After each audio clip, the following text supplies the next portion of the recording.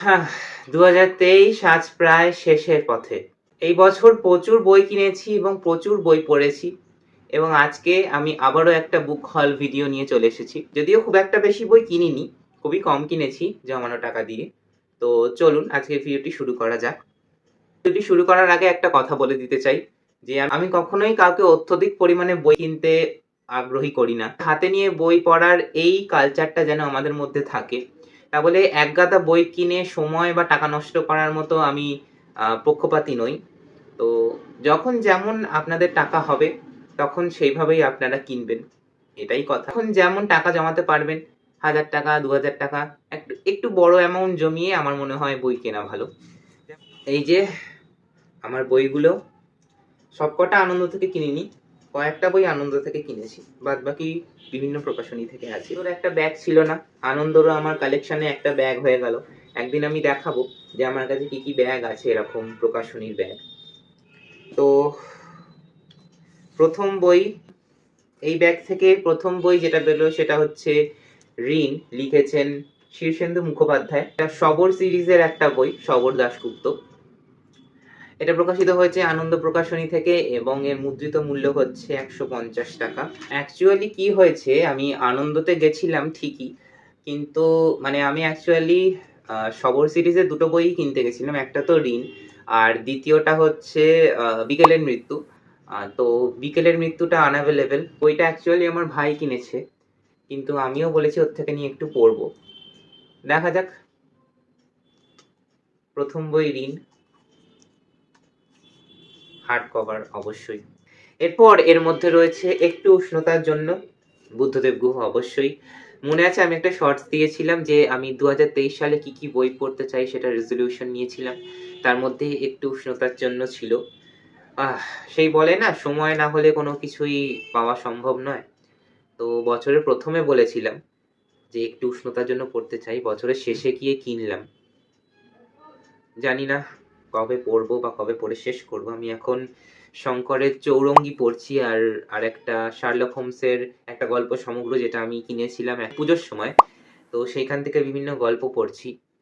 তো ওই হলটা যদি না দেখে থাকেন তাহলে আমি আই বাটনে এবং ডেসক্রিপশন বক্সে লিংক মেনশন করে দেবো। আপনারা অবশ্যই গিয়ে চেক আউট করতে পারেন। একটু উষ্ণতার জন্য এর মুদ্রিত মূল্য হচ্ছে ৳৩৭৫ এবং প্রকাশিত হয়েছে আনন্দ প্রকাশনী থেকে। হার্ড কভার বাইন্ডিং অবশ্যই। পরের বই আবারও বুদ্ধদেব গুহরই একটি বই, কারণ বুদ্ধদেব গুহ আমার অত্যন্ত প্রিয় একজন লেখক এবং ওনার বইগুলো আমি ধীরে ধীরে একটা করে পড়ে শেষ করার ইচ্ছা আছে। পরের বই রয়েছে বাংরিপোষির দুরাত্রি, লিখেছেন Buddhadeb Guha.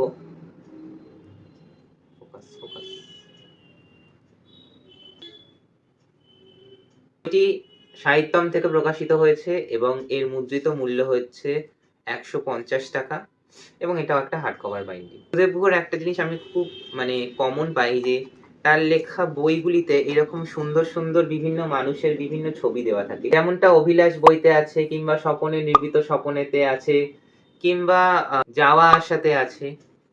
By the way, যে ৩ টে বইয়ের নাম বললাম, অভিলাষ, স্বপনে নিভৃত স্বপনে এবং যাওয়া আসা, সেই বইগুলো ৩ টেরই আলাদা রিভিউ ভিডিও আমার চ্যানেলে করা রয়েছে। আপনারা যদি চান আমি সবকিছুর ভিডিও ডেসক্রিপশন বক্সে এবং আই বাটনে মেনশন করে দিয়েছি।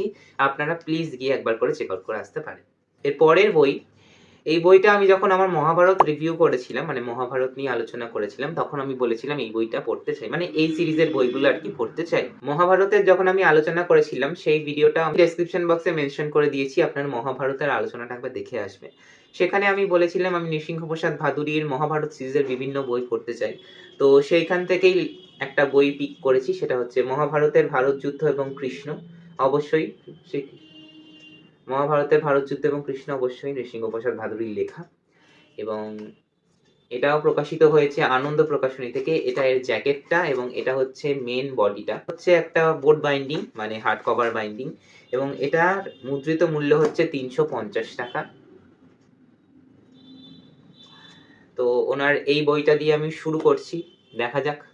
তবে নৃসিংহপ্রসাদ ভাদুড়ির ভিডিওগুলো কিংবা ওনার যে লেকচারগুলো আমার ভীষণ ভালো লাগে মহাভারত কিংবা অন্যান্য বিষয়ে। আজকের শেষ বই, মানে ২০২৩ সালের কেনা আমার শেষ বই হচ্ছে রবীন্দ্রনাথ ঠাকুরের লেখা চোখের বালি। এটা লতিকা প্রকাশনী থেকে প্রকাশিত, কিন্তু এটা আমি কলেজ স্ট্রিটের ধারে ধারে বিভিন্ন যেই ছোট দোকানদাররা বসেন তাদের থেকে আমি কিনেছি। এটা মুদ্রিত মূল্য ১০০ টাকা। বইটার কন্ডিশন খুবই ভালো, খুব একটা খারাপ নয়। এইখানটা একটুখানি খালি ছিঁড়ে গেছে, এটা ঠিক আছে, মলাটের ওপরে অসুবিধা নেই। তো আপনারা হয়তো অনেকেই ভাববেন যে আমি কেন একটা বই কিনছি। না, আমার পক্ষে সমগ্র কেনাটা এই মুহূর্তে পসিবল নয়। তো আমি রচনা সমগ্র বা উপন্যাস সমগ্র কিনতে আগ্রহী নই। কারণ কারণ প্রথম কথা তো আমার অত মোটা বই দেখলেই পড়ার আগ্রহটা একদমই নষ্ট হয়ে যায়।